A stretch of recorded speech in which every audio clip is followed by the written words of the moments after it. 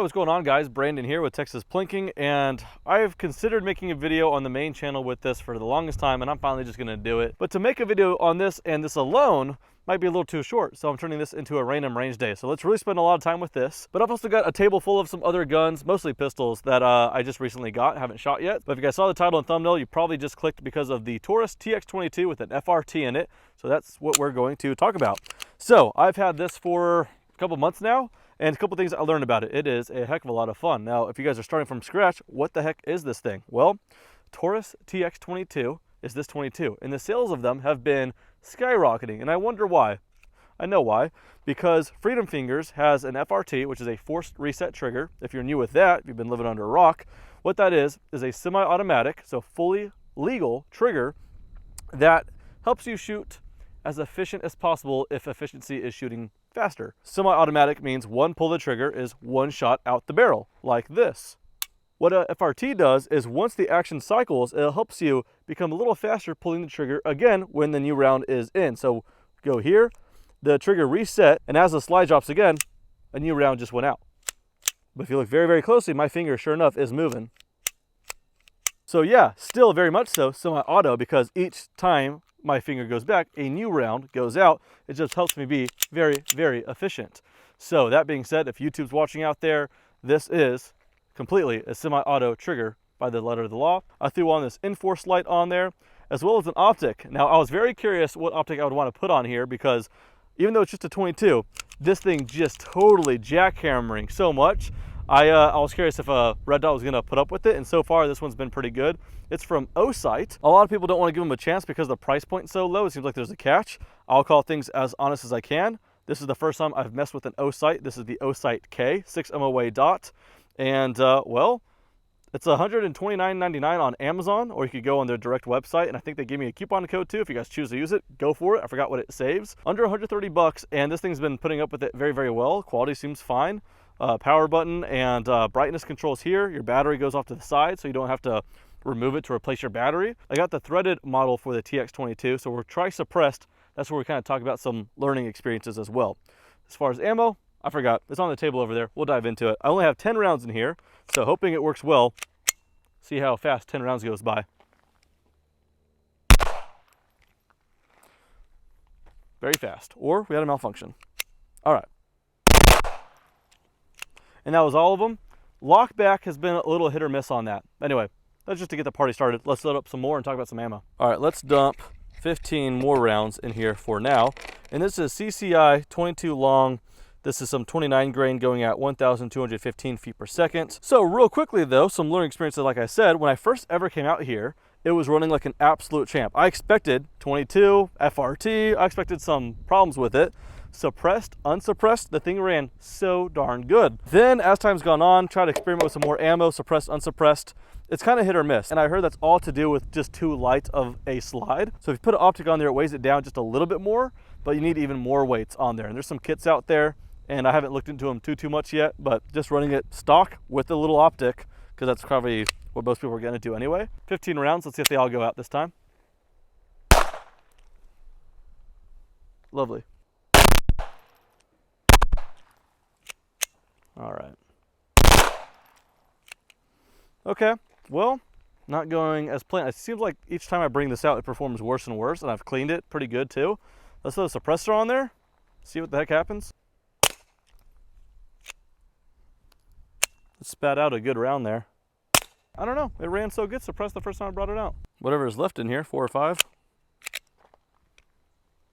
All right, that was all of them. Maybe he just wants to be one-handed. Maybe some subsonic 22. This is 40 grain, 1070 FPS. Just 5 rounds, because if it's not going to work with that, no point. I just don't have my hopes up anymore, but whatever. Never mind, we're back. Okay, let's just do subs.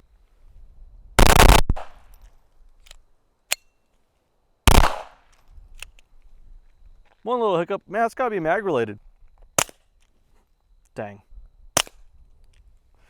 That is not going to happen. Wow, it takes a couple hits to even knock it down.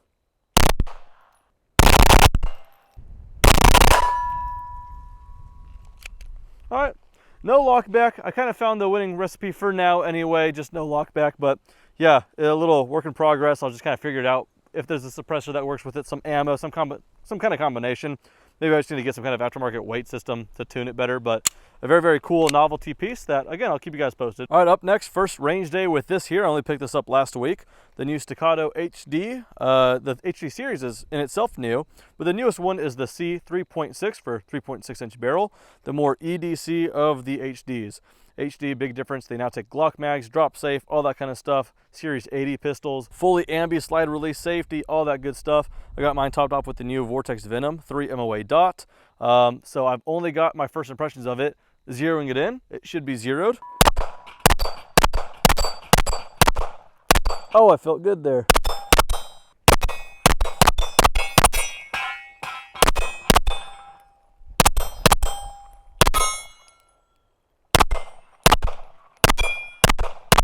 Surprisingly soft, and that is a lot to do with 2011 type of stuff. But comparing it with the CS from Staccato as well, definitely softer, I would say. Maybe it's that HD with that little plastic buffer on the guide rod spring, something like that. There's something going on with the HDs that almost soften a little bit. It's just hard to explain.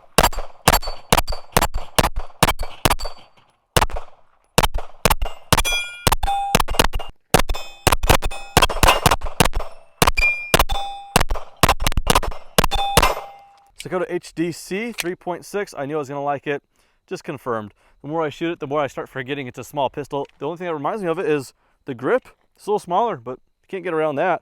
Still packs in some good capacity. Well, first off, the Glock mag, so just put in whatever Glock mags you like. But it comes with these Metgar metal ones, holds 15 rounds. Quick little first day out with it. I'll keep you guys posted, but as of right now, great first day with it. Let's move on to some bigger stuff. All right, up next, pretty excited to talk about this now early on the channel, back when it started in 2017, soon after.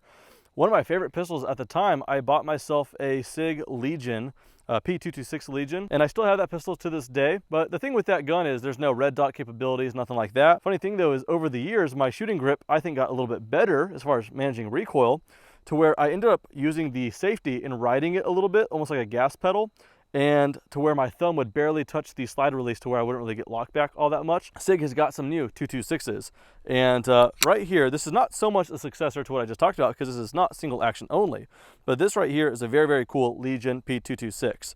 And instead of a safety, it does not have your traditional ambi safety like the other 226 I had, but it does have a decocker here, so a heavy double action trigger kind of acts like your safety. Now, I've shot this one briefly before, and I really like the recoil impulse, but I still find myself wanting that safety there because it just gets me a little further away from the slide release, all that kind of stuff, and the trigger is just a little bit cleaner as well. When I was transferring this over to myself at Saddle Rock Armory, they actually had one there. After I felt the one at Saddle Rock Armory, I knew I wanted that one too. So it didn't take long that I got that one. It's probably gonna be the one that's my favorite of the 226 line. This one here having no decocker, a much larger safety here, so it just kind of distracts my thumb, keeps it out of the way from the slide release. Not only that, but the slide release itself is just more stout. So it's empty, for example, and if I were to put my hand comfortably like this as I'm shooting it, I'll have no problems having lockback. So these are gonna be quite fun. Let's go ahead and start off with the single and double action version here. Chambering it up, no safety. So again, I'm just gonna go ahead and decocker here. And so that's more of a duty use case there, is that right when you pull up your gun, one squeeze of the trigger and a round goes out, no safety to fiddle with. But it's safe in the sense that it's a heavier trigger, but still controllable. And then that second pull, much lighter. Ooh, I like that.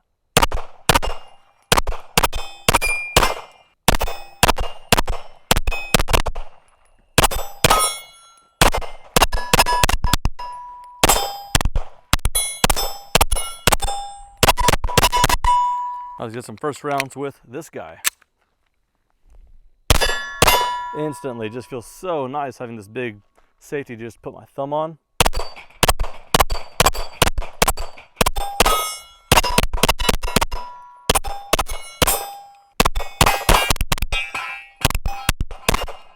I like that. That's a lot of what I like about a 2011. Look, think what you will about Sig and all that ordeal. The 226s have just kind of always been pretty bomb-proof, and now one kind of runs like a race pistol. So lots to like about this. I knew I was gonna like it. This is just my second day out with it, and yeah, I like this thing a lot. This is the Smith & Wesson M&P 920. I think this was the Spec Series, and it comes with a comp, but I took that off. It's a threaded barrel under there. So I've got my Mojave 9 from Dead Air, shooting some Staccato 136 subsonics. This combo, if it works, I should like it quite a bit, but I don't know if it will. Let's go ahead and just put them in the dirt initially. That feels so nice. That is so hard to transcribe over to camera. But anyway, let's go ahead and shoot some steel.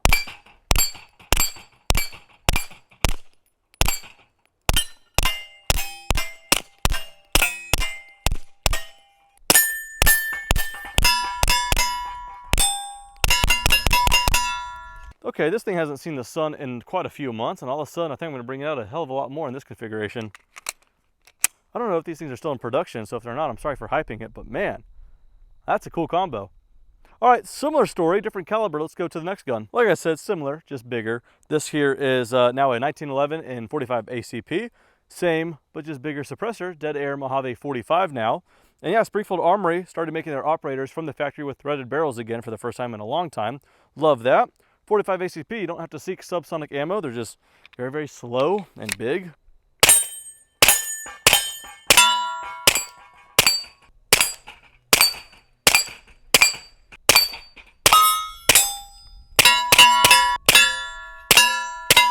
This is the B&T APC9 Pro. I've showcased my K a few times in the past, but the Pro is just a little bit bigger. I just recently got a B&T suppressor. This one here is the Verse 36XM. Very, very versatile. Maybe that's what they meant by that. Good for 9mm for sure, but definitely good for rifles as well. I've got it on their little tri-lug mount.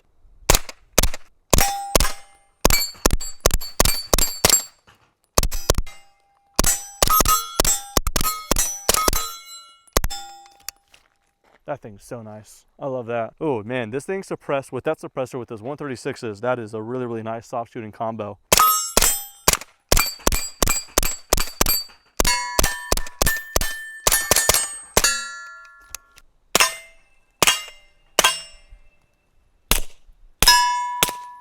All right, guys. Well, random range day for sure. I want to make a video with the Taurus TX22 with the force reset trigger.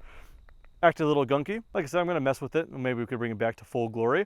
But there's other guns I just peeked in the safe, and I'm like, you're coming with me. It's been a while. So that's it. Random range day. Thanks for watching. See you guys next time.